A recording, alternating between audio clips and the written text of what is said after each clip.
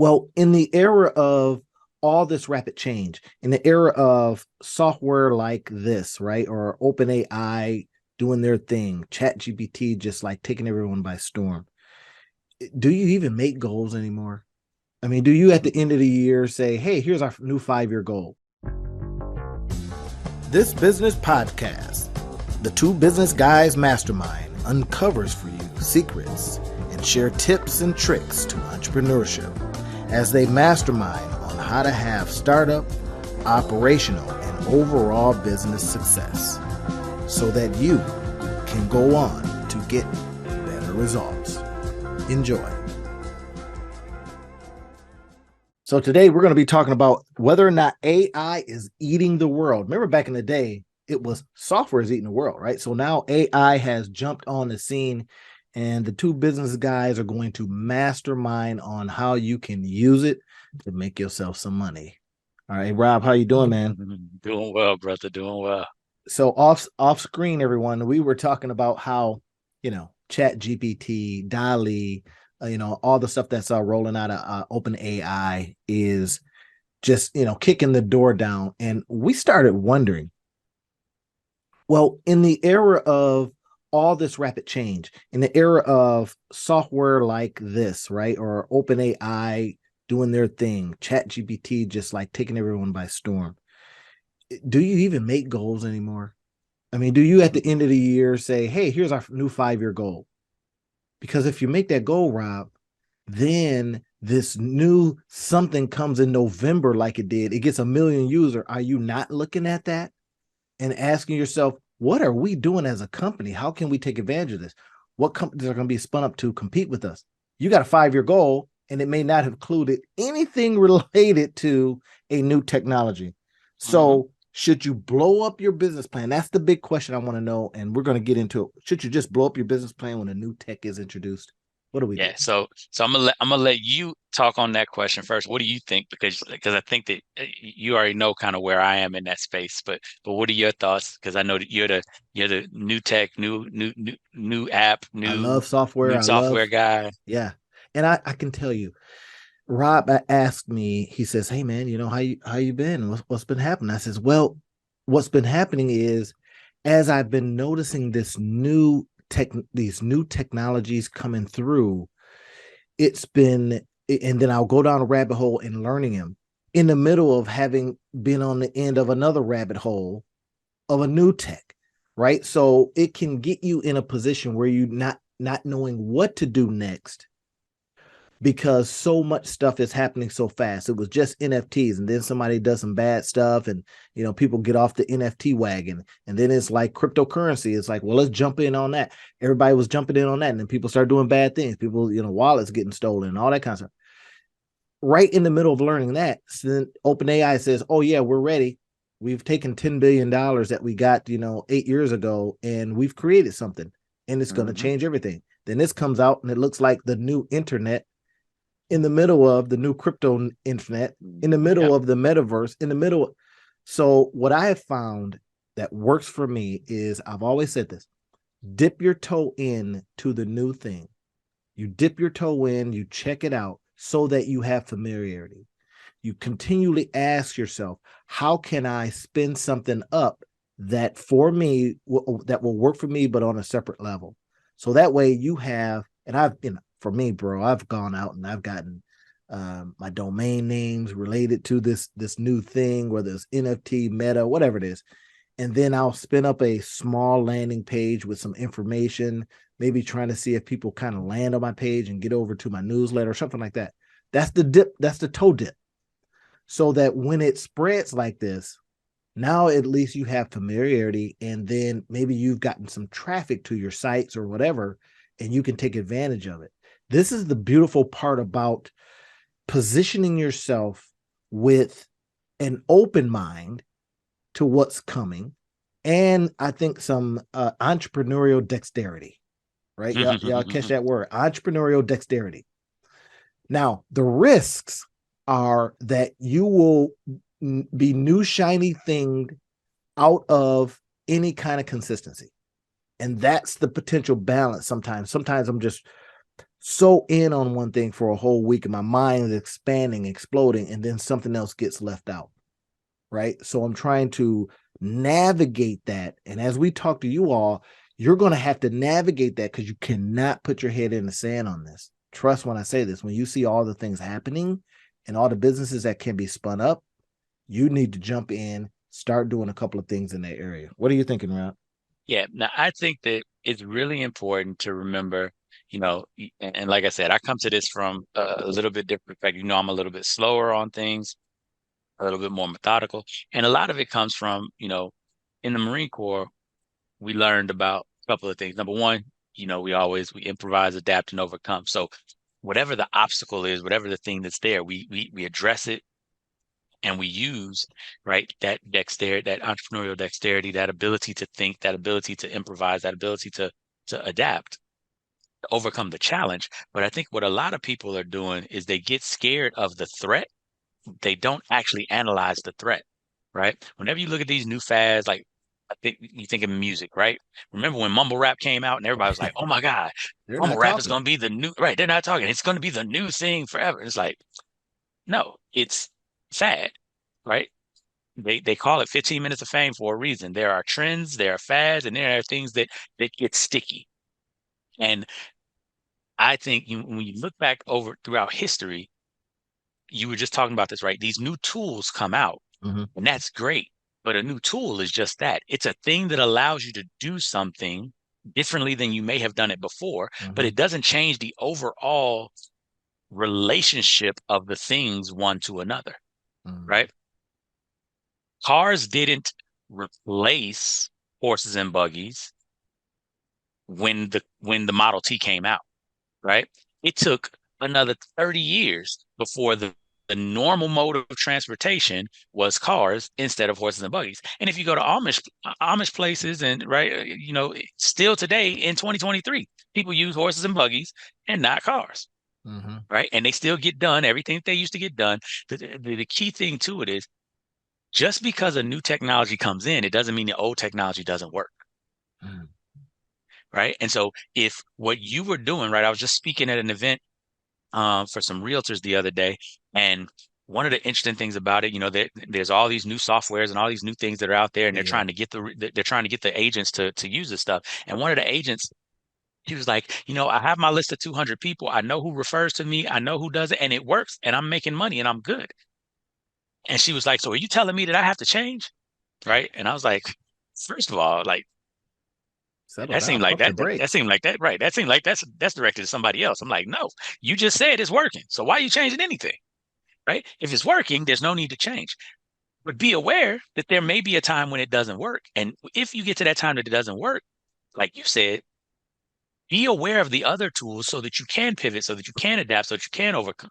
Mm-hmm. Right? Mm-hmm. The whole idea, the reason why we carry multiple firearms, right? If you're going into battle, you got your M4, your M16, but you also have your sidearm, right? Because if anything happens, you run out of bullets, you run out of whatever. Now you have another weapon, and you have a knife as well. You got like there's multiple weapons that you're going to have because the objective doesn't change, right? Identify, close with, and neutralize or eliminate the enemy. That objective doesn't change. It doesn't say do it with a M16 from 200 meters away or 100 meters away, or right, you can't identify, close with, and and eliminate the enemy. Like Right. it's not how it works. And I think a lot of people get into this space and there's this overhyped fear of, oh my God, like you said, AI is going to eat the world. Software is going to eat the world. It's like, no, nothing has ever eaten the world. Right. Like since fire, nothing has ever eaten the world, right? Like go back millennia, and what you see is we as human beings figure out how to do things, how to work, and then there are things that change things, things that make things different, right? But it doesn't completely change how we live, how we do what we do, unless we allow fear to transform us. And so I think that's my thing for business owners. Like, if you're being successful, continue doing what you're doing that's being successful and utilize the extra time that your success is creating for you to look at how to be more successful Mm-hmm. as Mm-hmm. we go forward. Right. I like take the Warren Buffett approach, right? Warren Buffett doesn't invest in anything that he doesn't understand. Right. But Warren Buffett reads book a day. So Research he's on constantly, everything. right. Yeah. So he's constantly researching, he's constantly growing. Like he didn't understand software and all the rest of that stuff 10 years ago. So he didn't invest in software and all the rest of that stuff 10 years ago.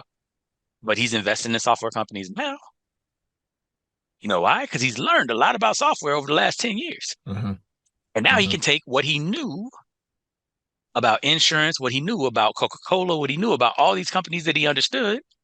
And now he has also been able to see and learn enough about what's a fad and what's for real in the marketplace. So now he can go take that knowledge that he had that made him very successful over here and apply it to this new marketplace. When Yeah. people talk about crypto and all the rest of that type of stuff, I remember I had a friend of mine that got into Bitcoin.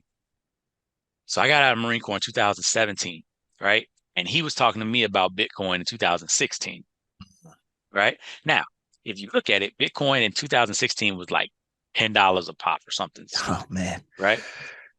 Right. Now, here's the thing though. I knew nothing about cryptocurrencies in 2016. I didn't know nothing about cryptocurrencies really till 2020 when I started paying attention to them. So I definitely wasn't investing in 2016 when he was talking about them. Now, had I invested, could have been a Bitcoin billionaire, just like a whole bunch of these other people. Yes, this is true, right? $1,000 would have taken you when it went up to 60,000, right? $1,000 at $10 Bitcoin. When it's at 60,000, you like $60 million. Okay, got it, right? But here's the deal: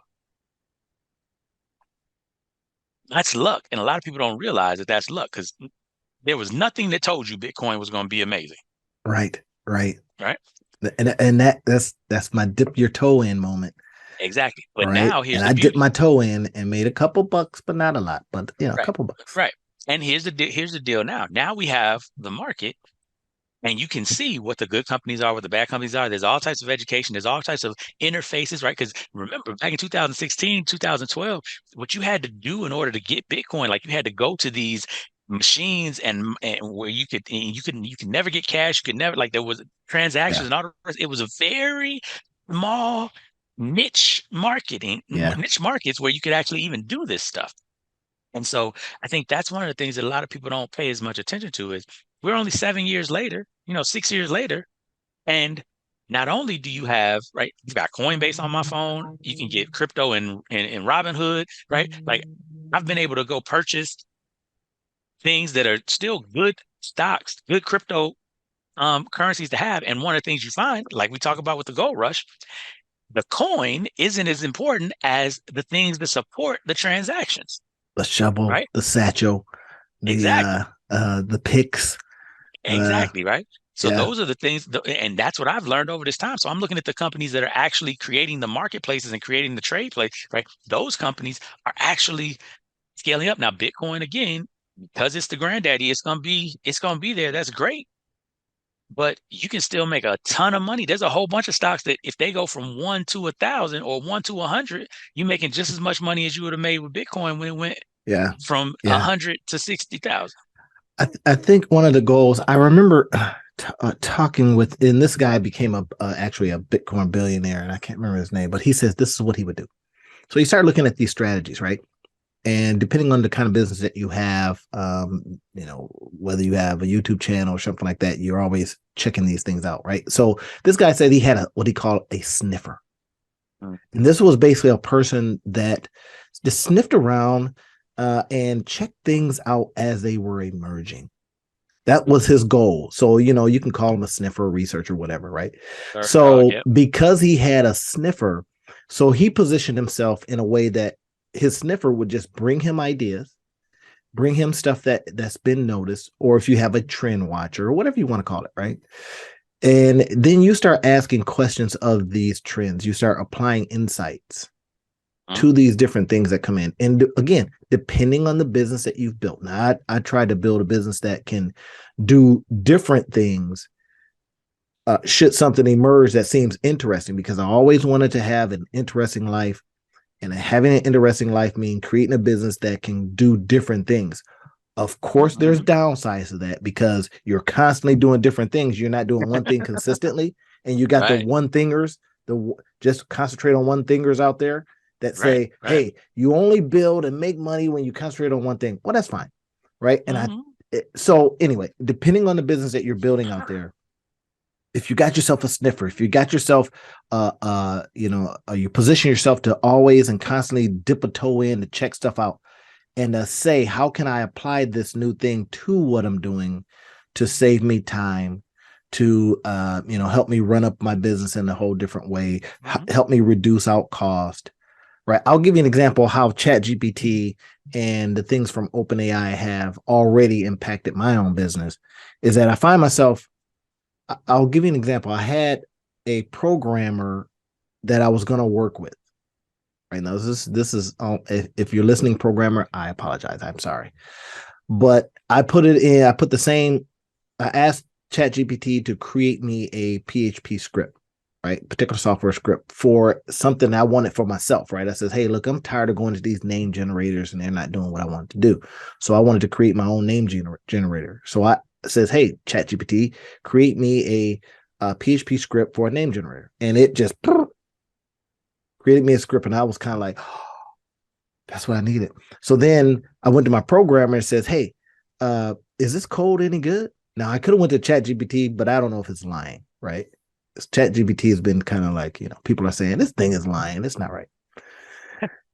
So I says, okay, what is the easier way to do this? So I asked ChatGPT, I says, hey, what is an easier way to take this PHP script and plug it in? I said, oh, well, create an HTML file, right? And I says, well, yeah, we'll do that. And it did it. And then I just went nuts, right? I just went in and started asking it all kinds of stuff. And then I made a video. I made 3 videos. So I made one, hey, here's ChatGPT, here's me using it. Then the next one was, here's me using it in specific ways. And then what I was able to do, Rob, is I created some scenes, right? The next 2 videos were like, I went out and got AI scenes. And depending on what I was talking about, I would introduce a scene. So the first video was 6 minutes. The second video was about 8 minutes. The third video was 20 minutes. And now, it's more produced, but it's all talking about ChatGPT. Different scenarios. I asked it to make me a screenplay. I asked it to write in the form of the top 5 most prolific authors, and it just created stuff. So I'm in. Now you're noticing what's happening in that space. Now ChatGPT know that they got something, right? Now think about this. If you're listening to this and you're saying, how can we possibly earn from what we learn here? Here's the way. They created something that says, hey, society, we want to give you this for free. Now society is like, we'll take it for free. And then they says, well, a little bit later on, they says, we're going to have a tier. That's a paid tier. Now we're kind of going, hey, wait a minute. What do you mean you're going to start charging me for something that was free? That's like all of a sudden having air and then going, well, if you go in certain sections, or if you sniff too many times, we're going to start charging you. Then you're going to have the people with the pitchforks that are out there going, that's not fair. That's not right. But in your business, that's what we call the freemium model. We offer something for free, right? And if you are a drug dealer, it's like giving product away for free. Hey, I give a little product away, get them hooked. Costco, and then they come back. Right? So we can learn from what we're noticing here, letting people use your product, getting to where they go, oh, wow. And then build on top of it, right? Giving them the API keys and saying, hey, build on this. Didn't Elon Musk do the same thing with electric car? He says, I'm not going to patent any of this stuff. Now people says, you're not? No, because I want it built upon. I want it created because I want society to be going in a certain direction. And you're starting to go, and wait it also a minute, makes sure that's that can't brilliant. Nobody build upon it and then patent what they build upon because they're building upon your open source stuff. So it's not original thought. We have this stuff that's available to us, and we can now build upon it, go down rabbit holes, do whatever it is, but grab so much insight. And that's what I find myself doing. Now, if I'm Google that has, used search as my main engine, it's already being threatened because the time that you're not on Google and you're on ChatGPT and Mhm. ChatGPT now finds a way to charge you. Yeah. Now the Google funny thing about it becomes is, right? And you know what's going to wind up happening because you know who a major investor in ChatGPT is, right? Right. Now here's the interesting Microsoft thing. just gave up Microsoft, $10 billion to say, basically, go build more stuff for us. right. Now, if I'm not mistaken, the initial investment that Microsoft put into ChatGPT was something like $1 million. A And they million or a made billion. no, oh no. It was $1 billion. What they this is another they made an original investment They into dipped a Apple. toe in. They made an original investment into Apple and they gave them something like $100 million. And in 5 years or whatever, it was worth $550 million. So they sold their share. What was interesting about that was if you look at it, if they'd have held on to that share, right, they just made 4x their money. They're like, this is awesome. Let's go. But if they would have held on to it, that would have that share that they had of Apple would have been worth uh like $10 billion now. Yeah. I always like the peel off approach, right? And Yep. I no, I just have some people working my money, man, because the up and downs of the market was just messing your guy up. Mhm. Yep. So but I always believed in the peel off both Hmm. ways. I had a Exactly. goal. If it went up 33%, then I Hmm. would peel off and leave the original. That way you can Exactly. realize the gains. But if it went Exactly. down 33%, then I would use it as tax loss harvesting, right? Yeah, exactly. Exactly. And So then you also do the dollar cost averaging so that your position is continuing to grow, especially if you're buying and holding, right, and I didn't right? always do dollar cost averaging though, Yeah, yeah, and right? So that's my big thing. Like, here's the interesting thing with and this fits into all of this type of stuff of figuring out what you're doing, where you're doing it, right? Because you talked about, doing a lot of things, doing one thing. The thing that people have to understand is there's a difference between your business and your investments, unless your business is investing. And here's what I mean by that. Diversification is always the concept that we talk about because you never want to put all your eggs in one basket, proverbially. But you're going to put a majority of your eggs in one basket no matter what you're doing. You're putting a majority of your time into one thing. You're focusing, right? If you're spending 8 hours a day on whatever you're spending 8 hours a day on, that's a majority of your time. So you're putting your eggs, a lot of your eggs in a basket. And that's necessary, right? To get the kind of escape velocity that you need to make that thing launch. mhm. But if you're a business owner, if you're a small business owner, the thing that you should be focused on is whatever it is you're doing it consistently well over time because time is undefeated, right? And the biggest thing that you can do is just understand the power of compounding. And even if you're just getting incrementally better, this is what most people don't understand. Even if you're just getting a little bit better a day, right? So here's an interesting thing, right? You've heard it talked about before. If you get 1% better per day, how you can do. But I even broke it down. If you only get 1% better in your business per week, 1% better in your business per week, 50 weeks a year, you will be 64% better at the end of the year than you started. Sure. Every year, then that if you do that for 5 years, you've done 64% better one year. Now you're exponentially 64% better than you started that year, right? Again, 64% better. You wind up over 5 years being able to 3x your business without having made gargantuan gains, but just by just improving 1% per week, right? And some people don't understand how amazing we can do if we just if we just improve ourselves slowly over time. So the And head that's down entrepreneur, yeah, how are they doing that? How are they right. pulling their head up enough to go, can this new thing that I just noticed help me get 1% better? And this is the whole point. I think that's the wrong question. Don't worry about this new thing that you noticed and getting you 1% better. You talked about at the beginning. So what do we do? How do we make 5-year plans? And how do we do this? And how do we do Mhm, that? mhm, mhm. The same way you've always done it. It's not as if like we've gone to the moon. Like life has changed in the last 200 years. But guess what? Coca-Cola was here before we went to the moon, and Coca-Cola was here after we went to the moon, and Coca-Cola is still the number one soft drink company in the world. Like these things continue, these things move. And the reason why it's important is because you pick your head up and you think about what your next 5-year plan is going to be, what your next 3 years. Now, if there's something that you can incorporate, great. I'm not saying be blind to it, but don't put the premium on finding the new shiny thing, Mm. because 1% a week is going to get you there. But if you're like the hare, like the tortoise, I mean, like the hare and the tortoise and the hare, and you run and stop, and you run and stop, and you run and stop, and you run and stop, and you run and stop, you lose track of how you're undermining yourself, because when you're running, you're moving really fast,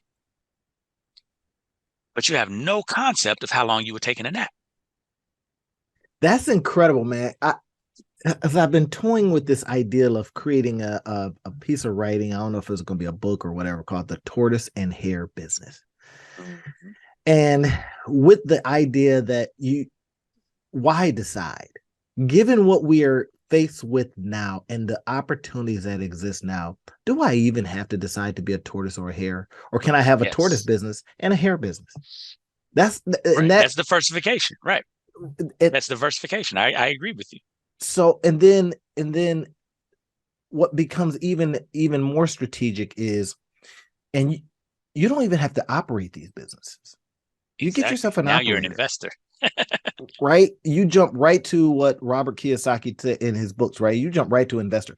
Is it possible? The question becomes, Mhm. and for me, how I looked at this was, because when I started Our Bridge Business Institute, it was with the idea that I couldn't decide on an idea, so I'm going to create many ideas, Mhm. right? And then I said, well, I tried to run them all, Mhm. and it was a dismal failure, because you get going on one thing, and it's like, oh, new shiny thing, right? Yep. There it is.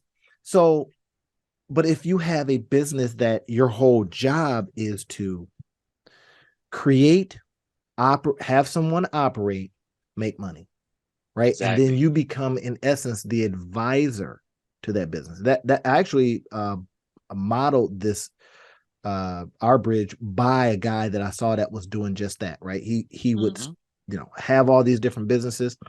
He would get operators to CEOs, whatever, and then he would have exits, Exactly. right? And that was Yeah. his whole model. Right. It's an investment strategy. We've talked about this before. I told you I'm never going to start a business the way that I started this business ever again. Right. This business has been sweat equity. It's been me being every, I've worn all the hats, and now I'm hiring out the hats and doing all the rest of that. And we've talked about this off camera a number of times. I learned, I can build a 6-figure business by myself. Right. Like, or and not necessarily by myself, but the traditional Or entrepreneur an way. 8-figure business with others. Right. Right. That's the key. And I know that getting to 7 figures is difficult doing it that way. And since everything that I want to do is 7 figures or plus, then I realize I'm not building a business like this anymore, because it's faster and easier to go and find all the people that already know how to do the things, and to say, here's the vision, here's the dream. Let's get the team together. I got financing. I got these people. We got 3 years, or even if we got 6 months or 1 year worth of financing. Go make 6 figures in 1 year, and we'll continue rolling on this. Go. Yeah, Now, I'll still be around. I'll still be there. I'll still have all of the information and everything that I have. But I know that the thing that I'm really good at is very narrow part of the business. There's a whole bunch of other people that are really good at all this other stuff, marketing and copywriting and advertising and sales and all of those types of things. I don't need to be involved in. I'm gonna hire people that are really good at it. We're gonna put the money together. We're gonna set it up. And worst case scenario, we break even. yeah, and that's the approach that I was listening to. A guy that he owns a company called, I think it's called Tiny Venture Cap, right? So Mhm. it's a venture capital company. He says, he said that he was investing in all these different companies, right? And just doing the old VC model. And he says it just hasn't worked for him. Yeah. But Well, the, when he the would thing that people start don't realize about the companies, VC model is that it's actually set up to only be 30% right? He said it successful. wasn't working. So he started starting different companies, being, the majority owner of them, getting the operator. Like I said, now this is a different guy than Hmm. Mr. Gross, but he said that's working because he could look at it and says, hey, look, I'm making 25, 30, 40% on my money doing Mm-hmm. this versus having Right. an investment in all these little companies that were going to Right. zero or whatever. Right.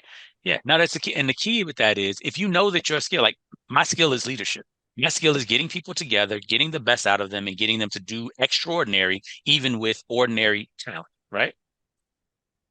If that's what I'm good at, the people, those people don't need my money. Right. I don't want to just go give money to a cause and let them continue to wallow in the normalcy of business. When right, I was watching Robert Smith talk about this, and he was saying, because he has I think his Vista Yeah. is his VC firm, and what he was saying is He the does the companies teach that model too within that. exactly right, because what he was saying is the companies that we go help, the companies that we invest in, the reason we invest in them is because they may be doing something and making money, but we've already done it 100 times. So we have a system that can get them there 10 times faster. Oh, that's So brilliant. what we do is we go and invest in them and give them our systems because we know that the return is going to be amazing because they're already demonstrating that they can make money the hard way. So we give them the easy way and then they go 10x their money. And then we, of course, we make money because, right, it's that concept of, right, I have an entire business that's designed on going into companies and teaching leaders how to get more productivity, more profitability. Right? We know the numbers. I was just doing. It was part of what I was looking up on ChatGPT. I was getting all the studies together and all the numbers because I've been doing this research on my own. And I was like, let's see how fast ChatGPT can get it. And so we were sitting there, and it's like, one of the numbers that I love is like for every 1% increase in productivity, that correlates to a 1.2 to 1.5% increase in profitability for an organization. Now, we already know that good leaders can be anywhere, can make a team anywhere from 21 to 37% more productive, right? And that directly goes to the bottom line. That's if it's at the 20% level, that's 24 to 30% more profit Mm-hmm. just by switching out your leaders or by training your leaders, helping your leaders get better, right? Mm-hmm. If I know that, because that's the business that I'm in, if I'm going to be an investor, you better believe that I'm not just going to give my money to a company. I'm going to come and bring time and expertise and get those leaders better because that will actually give me a 30% return on investment on whatever money I put in there. Yeah. See, and look, if you're listening here and you're digging what you're listening to, smash the like button. If you're seeing this on YouTube, smash the like button. Put in the comments what you're thinking. What do you think about all this? Right? Are we full of canal water here? Or are you listening in a way where you're saying that makes sense? What's next? Now, if you want to give us a call, we'll leave in the description. We'll leave a way to get in contact with us or whatever. But if what you're hearing today, you can now translate that in a way that you go, let me see if what they're putting down, I can pick up and then go make money in my business. If you do, let us know. Hey, we made money in our business. We want to hear more. Take us deeper, whatever it is. And we also need to know if you've done this stuff, if you've used these things and you've been inspired, you've gotten an insight, you've added it to other insights. And from that, you then create. Let us know. Right? Because we like to help people at every area. When you hear something, you go, I'm inspired. Then you go, well, I'm inspired, but I'm busy. But then we go, okay, well, let us show you how to get more productivity. Right? And that's when we sick Rob on you. Right? And we go. And then you say, well, I would like to have my sniffer create these other things. Then I jump in and go, okay, let's double dutch this thing and let's create give it a little oxygen and then see if it can survive. If it does, great. If it doesn't, well, then you kill it, right?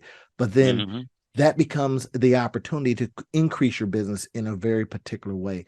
I tell you, overall, I'm excited. The struggle that I was having, Rob, and you were asking me this, what you've been up to. I said, trying to stay kind of on an even keel and not get too excited. Because then, of course, it becomes new shiny thing syndrome and a big problem. Right? Yes. Trying to capture a bit of it and say, okay, here's what I can do with this piece of information that then, because I had traditionally, Rob, I've traditionally been early. I thought about AI and what you could do with AI 3 to 4 years ago.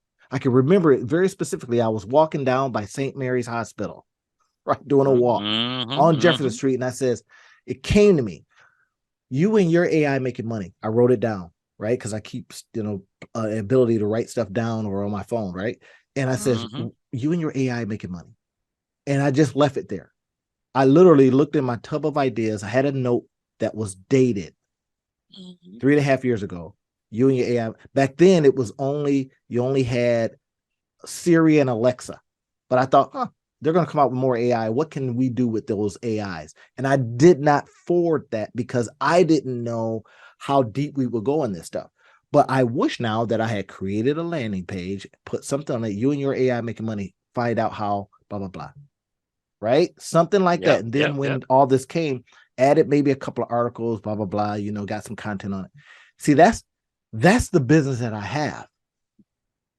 That I create these small little things that introduce an idea, add in how to make money from it from my own, person's perspective, and then start getting people over there that are also interested in that, building these little communities of people saying, hey, I like that. That was interesting. Thank you for that article, whatever. And then monetizing that. Yeah. But it's great. becoming so fast that I've been the bottleneck. I'm like, okay, I got a site built. Yeah. Or it's halfway built, and then I got to go and do now you got to do something else. You got to right. And so I tell you all the time, the big thing is figure out what the picture is. And your question, you were the one that coined this. I just took it and ran with it because I love it so much. Who do you need? Yeah. Who do you need? And I got that from I can't remember the guy's name, but the book that says who, not how. Now I've introduced another tier to that, Rob. And I've been excited about this because I've been helping entrepreneurs see it like this. So it's not how, you ask what and who, because now what is software? Yeah. What can help me? Who can help me? And right. What and who in that space, right? First is what do I want to do, right? I talk about it all the time. Defining success is the number one thing. And most people struggle because they don't have a clear picture of what success is. So you define success, number one. Then you're trying to figure out how to get there. But the questions about how to get there are, to your point, it's not how do I get there? Yeah. It's how do we, whoever we is, get from here to here, right? How do we get from where we are to that what? And then the next question is, who and what do I need to get there faster? So it becomes that consistency of asking or having a goal, right? Or having defined That's why the goal is success. so important. Defined success will never go away because, as Yogi Berra once famously said, if you don't know where you're going, any way will do. That's right. I'm going to Chicago. And then you go, what could get me there faster? Well, a bike could get you there. Yeah, but what would be more reasonable? Well, a train could get you there. Yeah, but is that the way I want to go? A car, a plane. When you start saying the what, right? And then it says, well, who can help me get down to the plane? That's where I think, get breakthroughs. That's the key. But you first got to start with what the success looks like. So, I mean, success looks like getting to Chicago. That's the number one thing, defining success. Exactly. Right. And what happens oftentimes, and this is where we have to do everything we can to get you past stuff, is we get stuck on deciding on these things and never move at all. So a month later, you're still, I just haven't decided on what to use. Right. And it's because a lot of times we're not sure, again, what success looks like. Because here's the deal. If I know clearly I want to get to Chicago in 4 hours in the middle of rush hour traffic, that starts to tell you that certain hows are not going to work to get you that success. I like that. That's good. Right? A train can get you there in 4 hours in the middle of rush hour traffic because traffic don't bother the train. Right? The train has right of way. They get the crossings, even though it's rush hour traffic. Nobody can get across the track. See, that's brilliant. Understand what he's saying right now. Right? Imagine your company and you're going, how do I? Then insight, because we are constantly out there learning stuff. Right. This is something I just came across, this piece of information, and it's like, oh, this is interesting. The guy said, Don't learn for you. Don't read for you. Don't. He says, do it for your customers. I Yes. was like, what? He says, do all these things for your customers because they may be so busy doing other stuff that they haven't had time to go out and learn this new thing. That's But the whole key. you That's the value add. become the epicenter of knowledge for them. And I was like, yes.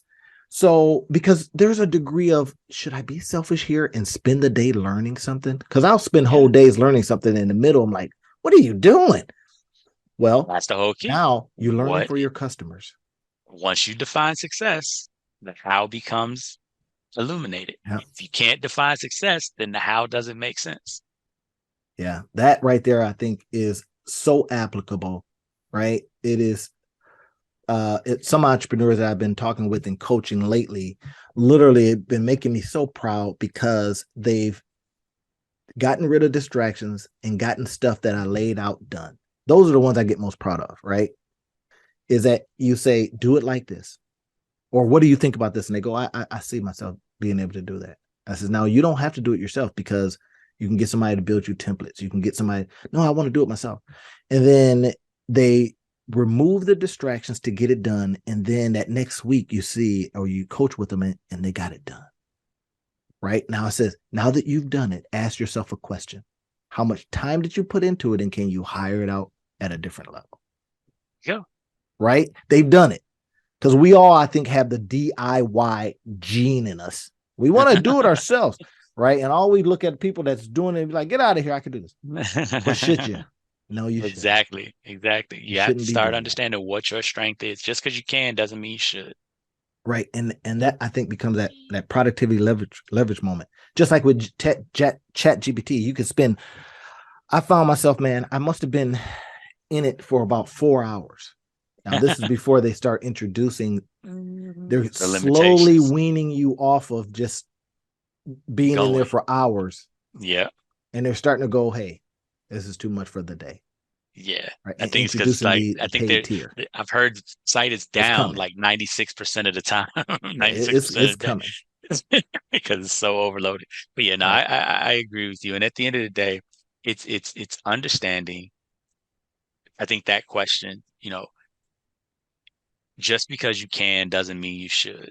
And being able to understand how to utilize discretion as an entrepreneur over where your time is best suited for your businesses, for your customers, for your life. Yeah. And we talk about that all the time in time mastery.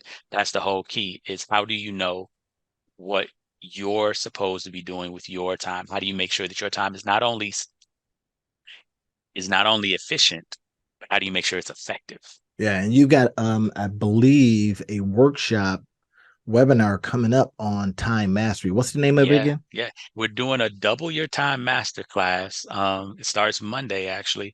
And it's going to be 5 days of me helping people to understand uh, how to, what the roadblocks are, what the obstacles are, and how to overcome the obstacles so they can actually get more time, more success, more fulfillment, so they don't feel like they're on that hamster wheel. Get off the hamster wheel, y'all. Hmm. Trust me, you're not going anywhere.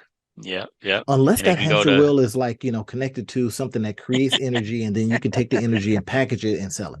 Then get maybe, on the hamster maybe, wheel. maybe, right. But yeah, they can go to legacythrive.com and find out more information about that. LegacyThrive.com.